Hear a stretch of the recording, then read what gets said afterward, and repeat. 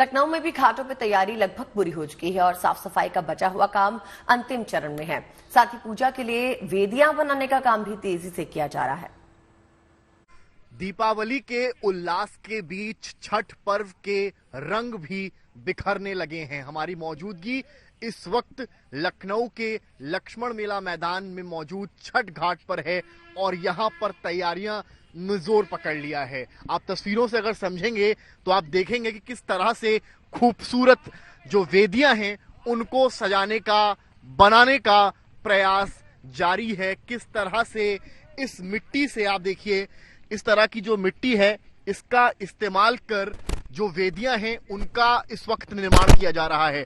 इस तरह की पहले कुछ ईंटों को यहां रखा गया है, पानी का उपयोग कर इस मिट्टी को पहले गीला किया जा रहा है और फिर इस मिट्टी को इस अर्घ में कुछ इस कदर आप देखें अगर तो यहां पर ये वेदी है और इस वेदी में इस तरह से लगाकर पानी में करके इसको बनाने का प्रयास किया जा रहा है। केवल इसको निर्मित करने का ही प्रयास नहीं है बल्कि इसके निर्माण के साथ इसको सजाने की भी एक प्रक्रिया होती है।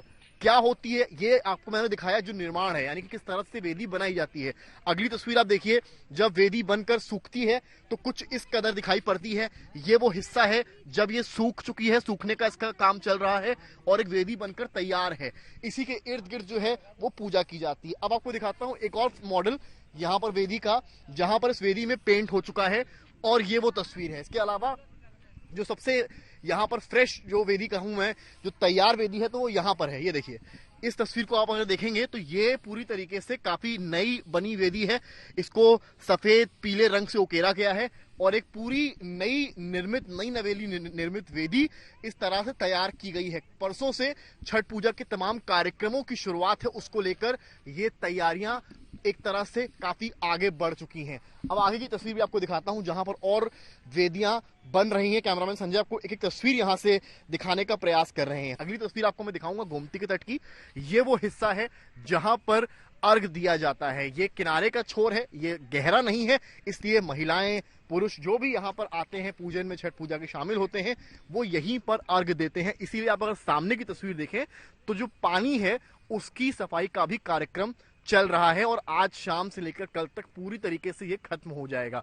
इसको लेकर व्यवस्थाएं की गई हैं। आप यहाँ पर देखें, यहाँ पर इस छोर को यहाँ पर रोक भी दिया गया है जिससे कोई हादसा ना हो पाए, क्योंकि आगे जो आप पानी देख रहे हैं गोमती नदी का वो काफी ज्यादा गहरा है। इसीलिए इसको इस बैरिकेड से पाट दिया गया है, यानी कि ब्लॉक किया गया है। यानी कि जो भी अर्घ देंगे वो इस छोर में देंगे और इस छोर में ही आकर वो स्नान पूजन जो भी प्रक्रिया होती है त्योहार की उसे परिपूर्ण करेंगे। हालांकि क्योंकि बड़ा त्योहार है, डर रहता है कि कहीं कोई किसी के डूबने का खतरा ना हो, इसको लेकर जो जल पुलिस है उसको भी अलर्ट किया गया है। और जिस दिन छठ का कार्यक्रम यहाँ पर शुरू होगा यहाँ पर आपको जल पुलिस के भी लोग दिखेंगे और कुछ नाव से जो यहाँ पर पहरेदारी करेंगे या यूं कहें जल पेट्रोलिंग करेंगे, जिससे कि अगर कोई अप्रिय घटना होती है तो उसे रोका जा सके। फिलहाल साफ सफाई के कार्यक्रम, जो नदी है उसको साफ करने की जो प्रक्रिया है वो, और वेदियों के मुस्कुराने की तस्वीर भी यहाँ से देखने को मिल रही है। और इंतजार है जब ये पूजन कार्तिक मास में शुरू होता है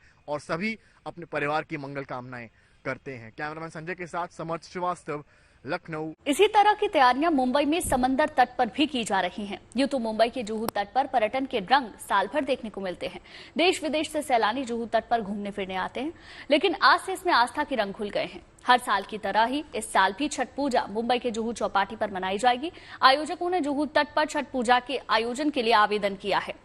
माना जा रहा है कि मुंबई महानगर पालिका छठ पूजा के आयोजन को अनुमति दे देगा। इसके बाद वहां तैयारियों का सिलसिला शुरू हो जाएगा। देश भर में छठ पूजा का त्योहार बड़े ही धूमधाम से मनाने की तैयारियां शुरू हो गई हैं और मुंबई भी इसमें पीछे नहीं रहा है। हम इस वक्त मुंबई के जुहू बीच चौपाटी पर हैं, जहां पर हर साल बड़ी तादाद में छठ पूजा के लिए जो भक्त हैं वो यहाँ पर आते हैं और यहाँ पर बड़ी ही धूमधाम से छठ पूजा मनाई जाती है। मुंबई महानगर पालिका द्वारा यहाँ के आयोजकों को छठ पूजा के लिए जो परमिशन है वो दे दी जाएगी और यहाँ पर तैयारियां शुरू हो जाएंगी छठ पूजा के लिए। ये जुहू बीच का परिसर है, दूर दूर से लोग यहाँ पर छठ पूजा का त्योहार है वो मनाने आते हैं। हर साल की तरह इस साल भी लाखों लोगों की आने की उम्मीद है और उसी तरीके से यहाँ पर प्रशासन की तैयारियां भी देखने को मिलती हैं। 7 तारीख को जब छठ पूजा होगी तो यहाँ पर जो पानी का समंदर है उसके साथ साथ लोगों का भी समंदर यहाँ पर देखने को मिलेगा। कैमरामैन नितिन वर्णे के साथ दीपेश त्रिपाठी, मुंबई। कल से यानी 5 नवंबर को छठ पूजा का शुभारंभ हो रहा है और ऐसे में कल नहाय खाए के साथ महोत्सव की शुरुआत हो जाएगी। 6 नवंबर को खरना होगा, 7 नवंबर को अस्ताचलगामी सूर्य को अर्घ्य दिया जाएगा और 8 नवंबर को उदयगामी सूर्य भगवान को अर्घ्य देने के बाद छठ पूजा का समापन हो जाएगा। वहीं 5 नवंबर को नहाय खाए इस दिन व्रती स्नान की पूजा करती हैं, जिसके बाद चना दाल और कद्दू यानी कि घिया की सात्विक सब्जी और चावल का प्रसाद बनाया जाता है और उसे व्रती ग्रहण करते हैं। इसके बाद इस प्रसाद को बांटा भी जाता है। 6 नवंबर की बात करें तो 6 नवंबर को खरना, छठ पूजा के दूसरे दिन यानी खरना के दिन व्रती लकड़ी के चूल्हे पर गुड़ और चावल की खीर बनाती हैं और उसे प्रसाद के रूप में ग्रहण करती हैं और इसी के बाद से 36 घंटे का व्रत शुरू हो जाता है। ऐसा माना जाता है कि खरना पूजा के बाद घर में छठी मैया का आगमन शुरू हो जाता है। 7 नवंबर को अस्ताचलगामी सूर्य को अर्घ, छठ पूजा के तीसरे दिन व्रतियों का निर्जला उपवास जारी रहता है। इसी दिन अस्त होते सूर्य को अर्घ दिया जाता है। 8 नवंबर को उगते सूर्य को अर्घ्य, उदयगामी सूर्य की पूजा होती है और उनको अर्घ्य दिया जाता है। घर आकर व्रती अपने निर्जला उपवास को समाप्त करते हैं और पारण करते हैं। इसके बाद छठ महापर्व का समापन हो जाता है। आपने छठ की रौनक और अलग अलग शहरों में कैसी है तैयारियां वो तो देख ली। अब आपको छठ का महत्व और उसकी पौराणिक मान्यताओं के बारे में बताते हैं। छठ का ये पर्व आदिकाल से मनाया जाता रहा है। रामायण और महाभारत में भी छठ का जिक्र मिलता है। छठ को लेकर अलग अलग तरह की मान्यताएं और कथाएं हैं। उन्हीं में से एक है भगवान राम से जुड़ी हुई, जिसके मुताबिक भगवान राम और सीता माता ने भी छठ की पूजा की थी। मान्यता है कि द्रौपदी ने पांडवों को राजपाट दिलाने के लिए छठी मैया की पूजा की थी। एक कथा सूर्यपुत्र कर्ण से भी जुड़ी हुई है। छठी मैया ब्रह्मा जी की मानस पुत्री हैं और सूर्य देव की बहन भी हैं। प्रकृति के छठे अंश के रूप में छठी मैया की मान्यता है। इसी दिन छठी मैया की पूजा षष्ठी को की जाती है। छठी मैया की पूजा और व्रत करने से संतान, आरोग्य और सफलता का आशीर्वाद मिलता है।